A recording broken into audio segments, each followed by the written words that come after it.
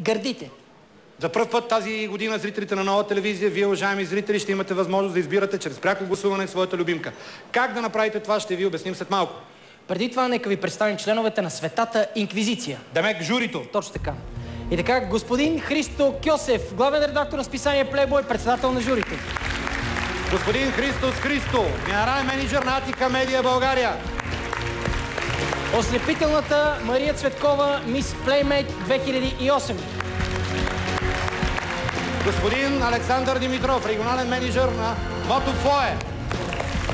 Мосио Лоран Дежу, представител за България на Империал Табако, производители на Давидов.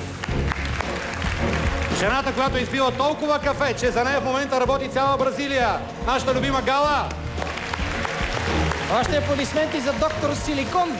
Извинете, доктор Ангел Енчев, клиника по пластична хирургия Симетрия. Това е доктор Силикон. Той има много фенове тук тази вечер. Това е доктор Силикон. При него има симетрия, при доктор Хаос има безпорядък. Абсолютно, при доктор Силикон симетрия. Едно от най-емоционалните участия във Ви Брадър, Диана Любенова.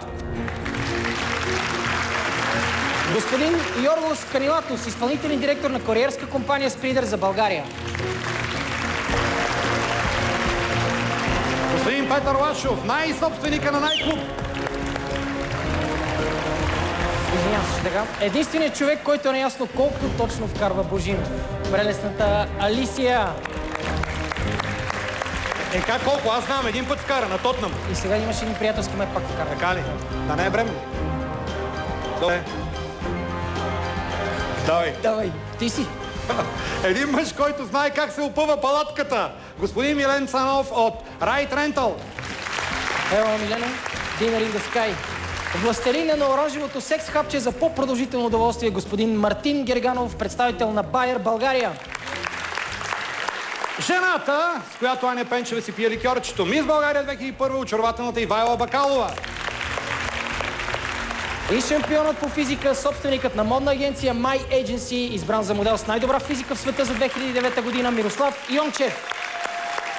My Agency. Демек, негова агенция, това не е твоя. Не, неговата. Господин Кьосев, имаме един въпрос към вас. Защо аджеба сте с шапка, разбиши? Това е шапка видимка. Обратното на невидимка. Така? Научно доказано е, че прави мъжа с 75% по-забележим в тълпата.